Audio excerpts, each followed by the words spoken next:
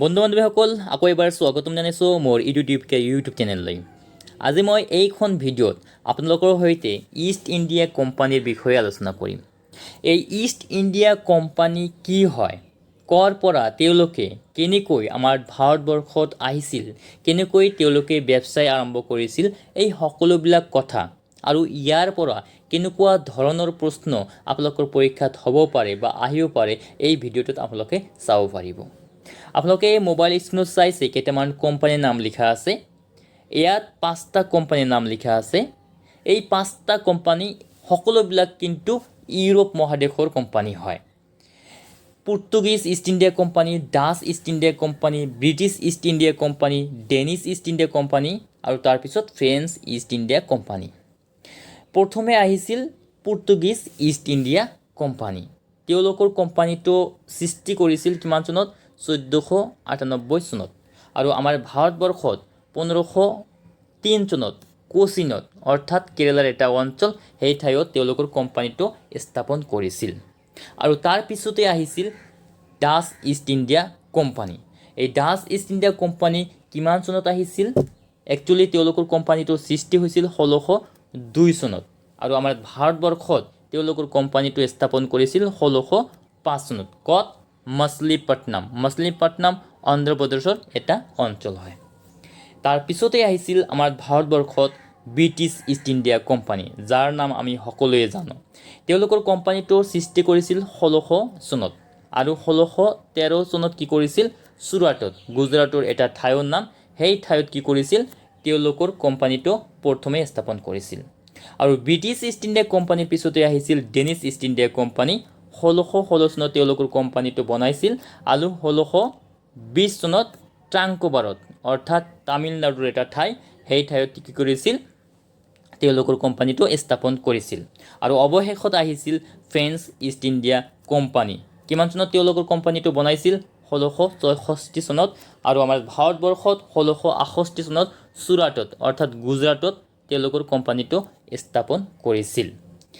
এইখিনি আছিল এই ভিডিঅ'টোৰ সাৰমৰ্ম। আৰু ইয়াৰ পৰা কেনেকুৱা ধৰণৰ প্ৰশ্ন হ'ব পাৰে পিছৰ শ্লাইডত আমি দেখাই আছোঁ। আমি এতিয়া এটা মেপ লৈ আহিছোঁ। এইটো হ'ল ৱৰ্ল্ড মেপ। এই ৱৰ্ল্ড মেপৰ এই যিখিনি মই মাৰ্ক কৰি দিছোঁ এইটো হ'ল ইউৰোপ মহাদেশ। এই ইউৰোপ মহাদেশৰ পৰা এই সকলোবিলাক কোম্পানী তেওঁলোকে আহিছিল। কেনেকৈ আহিছিল? সাগৰেদি, মহাসাগৰেদি এনেকৈ আহি আমাৰ ভাৰতবৰ্ষত উপস্থিত হৈছিল আৰু ইয়াতে তেওঁলোকে ব্যৱসায় আৰম্ভ কৰিছিল। এতিয়া আমি নেক্সট শ্লাইডত যাওঁ। আজিৰ প্ৰথম প্ৰশ্ন, ভাস্কো দা গামা কেতিয়া ভাৰত আহিছিল বা ভাৰত আৱিষ্কাৰ কৰিছিল? বহুত গুৰুত্বপূৰ্ণ প্ৰশ্ন হয় এইটো। ভাস্কো দা গামা আছিল পৰ্তুগীজৰ এজন নাবিক বা চেইলৰ। তেওঁ আমাৰ ভাৰতবৰ্ষখন আৱিষ্কাৰ কৰিছিল বা ভাৰতত প্ৰথমে আহিছিল। কিমান চনত? উত্তৰটো হ'ব 1498 চনত। মনত ৰাখিব। তেওঁ প্ৰথমে কেৰেলা ৰাজ্যৰ কালিকাট অঞ্চলত আহিছিল। ক'ত আহিছিল? কেৰেলা ৰাজ্যৰ কালিকাট অঞ্চলত আহিছিল। আৰু সেই সময়ত কালিকাট অঞ্চলৰ ৰজা কোন আছিল? জামোৰিনে। জামোৰিনে কি কৰিছিল?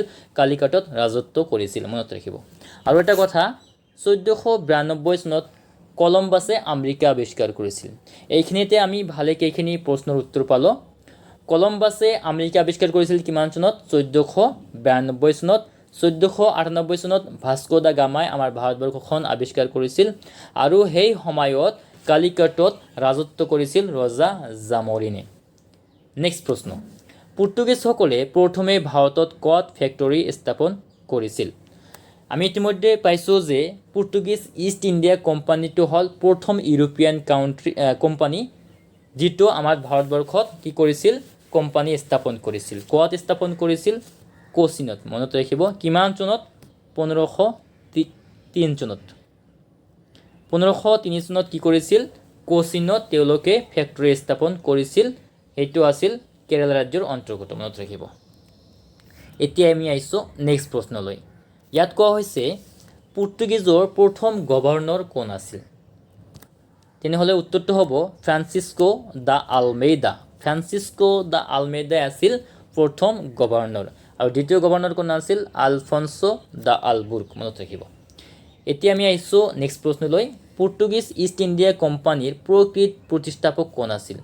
বহুত গুৰুত্বপূৰ্ণ প্ৰশ্ন হয় ইয়াত মনত ৰাখিব যে ইয়াত ৰিয়েল ফাউণ্ডাৰৰ কথা কৈছে প্ৰকৃত প্ৰতিষ্ঠাপকৰ কথা হৈছে তেতিয়া উত্তৰটো হ'ব আলফন্সো দা আলবুৰ্গ যদিও ফ্ৰান্সিস্কো দা আলমেইডা প্ৰথম গভৰ্ণৰ আছিল কিন্তু ৰিয়েল ফাউণ্ডাৰ বুলি যদি কোৱা হয় আলফন্সো দা আলবুৰ্গক কোৱা হ'ব কিয়নো তেওঁৰ সময়ত কি কৰিছিল গোৱা দখল কৰিছিল তাৰপিছত দমন আৰু দিউ দখল কৰিছিল আৰু সেই সময়ত বোম্বাই বৰ্তমান যেটো মুম্বাই কোৱা হয় সেইটো দমন আৰু দিউৰ অন্তৰ্গত আছিল এইখিনি সকলোবিলাক কাম কোনে কৰিছিল আলফন্সো দা আলবুৰ্গে কৰিছিল সেই কাৰণে তেওঁক ৰিয়েল ফাউণ্ডাৰ বা প্ৰকৃত প্ৰতিষ্ঠাপক বুলি কোৱা হয় এতিয়া আমি আহিছো নেক্সট প্ৰশ্নলৈ ইয়াত কি কোৱা হৈছে পৰ্তুগীজসকলে প্ৰথমে ক'ত ৰাজধানী স্থাপন কৰিছিল ইতিমধ্যে আমি পাইছো পৰ্তুগীজ ইষ্ট ইণ্ডিয়া কোম্পানী হল প্ৰথম ইউৰোপিয়ান কোম্পানী যেটো কোচিনত তেওঁলোকৰ কি কৰিছিল কোম্পানী স্থাপন কৰিছিল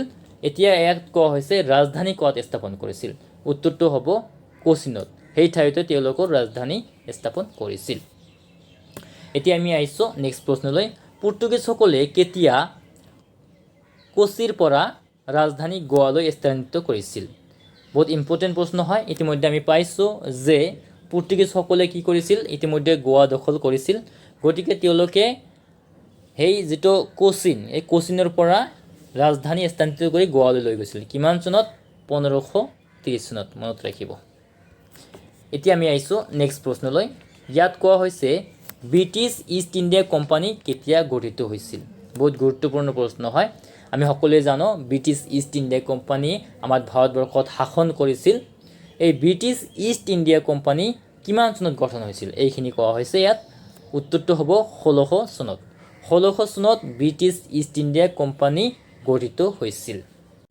নেক্সট প্ৰশ্ন ডাচ ইষ্ট ইণ্ডিয়া কোম্পানী ভাৰতত কেতিয়া আহিছিল উত্তৰটো হ'ব 1602 চন 1602 চনত ডাচ ইষ্ট ইণ্ডিয়া কোম্পানী আমাৰ ভাৰতত আহিছিল আৰু তেওঁলোকে 1605 চনত তেওঁলোকৰ প্ৰথম কোম্পানীটো স্থাপন কৰিছিল কোৱাত স্থাপন কৰিছিল মছলিপট্টনম অন্ধ্ৰপ্ৰদেশৰ এটা ঠাই মছলিপট্টনম সেই ঠাইত তেওঁলোকৰ কোম্পানীটো স্থাপন কৰিছিল আৰু এটা কথা ডাচ বুলিলে আমি আসলতে কি বুজো হল্যান্ড বা নেদাৰল্যান্ড কিছুমানে হল্যান্ড বুলি কয় কিছুমানে নেদাৰল্যান্ড বুলি কয় এই হল্যান্ড বা নেদাৰল্যান্ডৰ মানুহক কোৱা হয় ডাচ বুলি আৰু তেওঁলোকৰ কোম্পানীটো কি আছিল ডাচ ইষ্ট ইণ্ডিয়া কোম্পানী এতিয়া আমি আহিছো নেক্সট প্ৰশ্নলৈ ইয়াত কোৱা হৈছে ডাচসকলে 1605 খ্ৰীষ্টাব্দত প্ৰথমে ক'ত ফেক্টৰী স্থাপন কৰিছিল ইতিমধ্যে আমি আলোচনা কৰি লৈ যে 1605 চনত তেওঁলোকে মছলিপট্টনম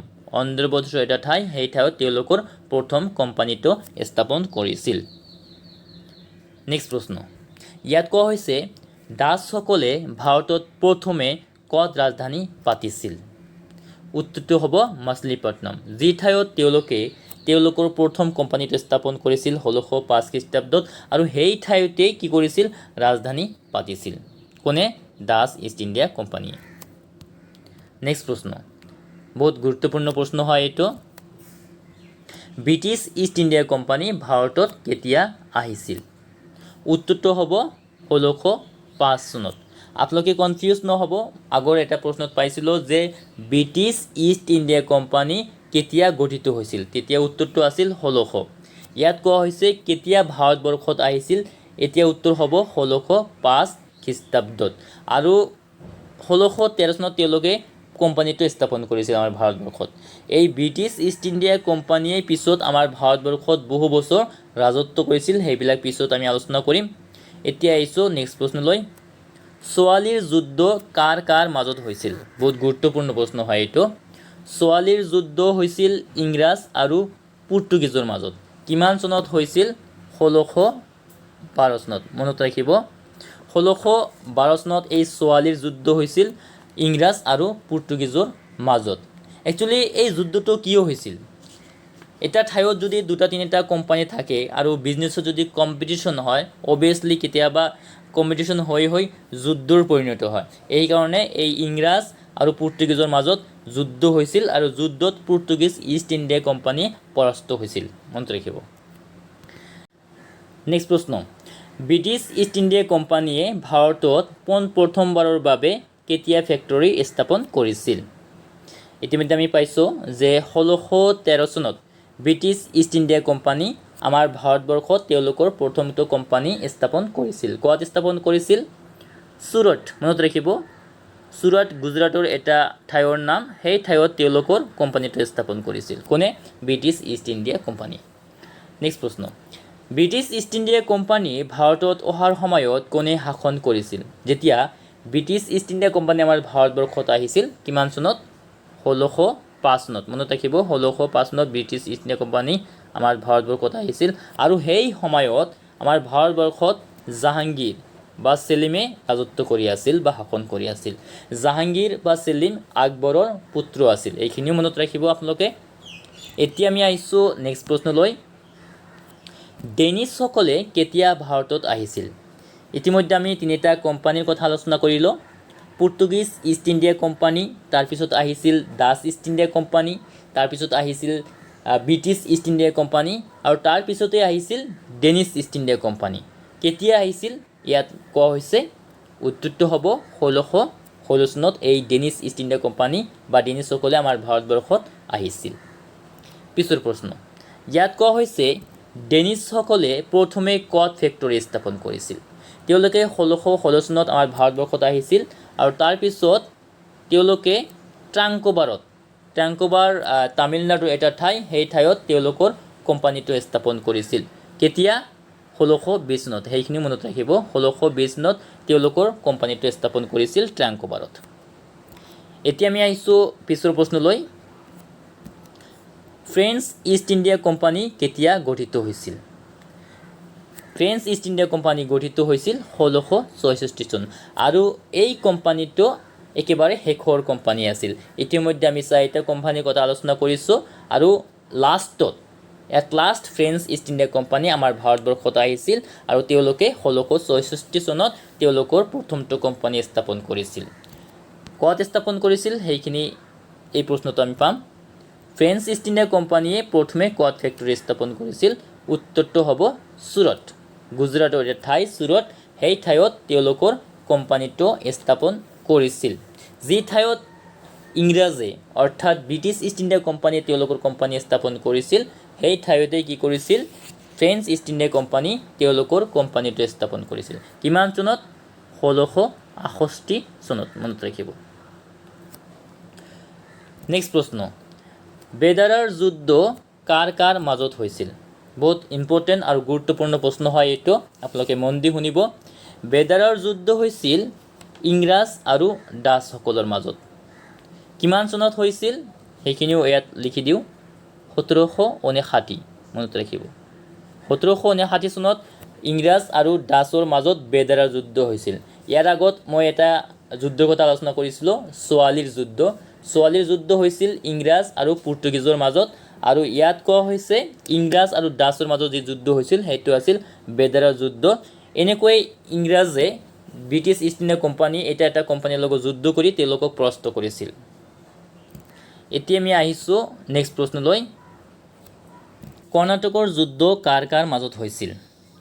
উত্তৰটো হ'ব ইংৰাজ আৰু ফ্ৰান্সৰ মাজত, অৰ্থাৎ ব্ৰিটিছ ইষ্ট ইণ্ডিয়া কোম্পানী আৰু ফ্ৰেঞ্চ ইষ্ট ইণ্ডিয়া কোম্পানীৰ মাজত কৰ্ণাটকৰ যুদ্ধবিলাক হৈছিল। ইয়াৰ আগত আমি কি পাইছোঁ? ছোৱালীৰ যুদ্ধ। ছোৱালীৰ যুদ্ধ কাৰ কাৰ মাজত হৈছিল? ব্ৰিটিছ ইষ্ট ইণ্ডিয়া কোম্পানী আৰু পৰ্তুগীজ ইষ্ট ইণ্ডিয়া কোম্পানীৰ মাজত হৈছিল। আৰু তাৰপিছত আমি পাইছোঁ বেদাৰৰ যুদ্ধ। বেদাৰৰ যুদ্ধ হৈছিল ব্ৰিটিছ ইষ্ট ইণ্ডিয়া কোম্পানী আৰু ডাচ ইষ্ট ইণ্ডিয়া কোম্পানীৰ মাজত। আৰু ইয়াত কি হ'ল? ইংৰাজ আৰু ফ্ৰান্সৰ মাজত যিটো যুদ্ধ হ'ল কৰ্ণাটকৰ যুদ্ধ বুলি জনা যায়। এটা নহয়, তিনিটা যুদ্ধ হৈছিল কৰ্ণাটকৰ যুদ্ধ, সেইবিলাক ইয়াত মই লিখি দিছোঁ। যদি প্ৰশ্ন আহে প্ৰথম কৰ্ণাটক যুদ্ধ কেতিয়া হৈছিল, তেনেহ'লে উত্তৰ হ'ব 1746 পৰা 1748 চনলৈ। আৰু তাৰপিছত দ্বিতীয় কৰ্ণাটক যুদ্ধ হৈছিল কিমান চনত? 1749 পৰা 1754 চনলৈ। আৰু অৱশেষত তৃতীয়টো কৰ্ণাটক যুদ্ধ, যিটো বেটেল অফ বান্দিৱাছ বুলি জনা যায়, কেতিয়া হৈছিল? 1756 চনৰ পৰা 1763 চনলৈ। এতিয়া কথা হ'ল এই কৰ্ণাটকৰ যুদ্ধ কিয় হৈছিল?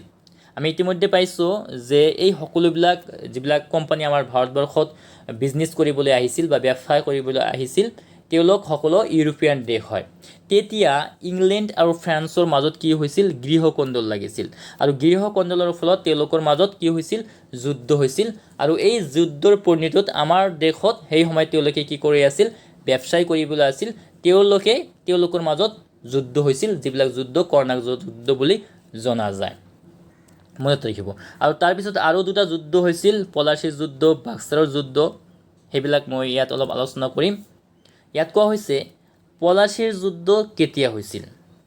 উত্তৰটো হ'ব 1757 চন, মনত ৰাখিব। 1757 চনত পলাচীৰ যুদ্ধ হৈছিল। কাৰ মাজত হৈছিল? ইংৰাজ আৰু চিৰাজউদ্দৌলাৰ লগত।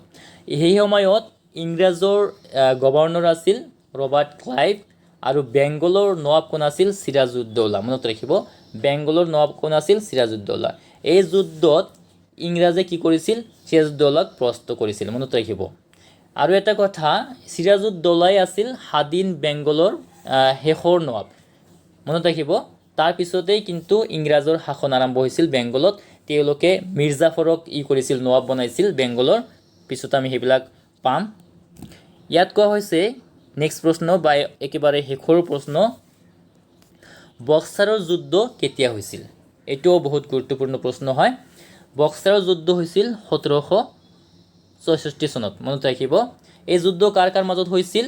মনত ৰাখিব, এই যুদ্ধ ইংৰাজ আৰু মীৰ কাছিমৰ লগত। মীৰ কাছিম নহয়, একচুৱেলি মীৰ কাছিম আছিল বেংগলৰ নৱাব, সুজাউদ্দৌলা আছিল অযোধ্যাৰ শাসক, তাৰপিছত শ্বাহ আলম তেতিয়া মোগলৰ আছিল, শাসক আছিল। এই তিনিজনৰ লগত কি হৈছিল? এই ব্ৰিটিছৰ যুদ্ধ হৈছিল। এই যুদ্ধটো কি কৰিছিল? ব্ৰিটিছসকলে জিকিছিল।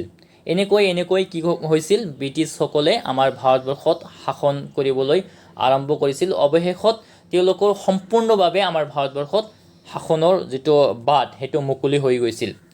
এইখিনি আছিল আমাৰ আজিৰ ভিডিঅ'। যদি ভিডিঅ'টো ভাল লাগিছে তেনেহ'লে শ্বেয়াৰ কৰিব, আৰু কিবা যদি কমেণ্টত জনাব বিচাৰে আপোনালোকে কমেণ্ট কৰি জনাই দিব।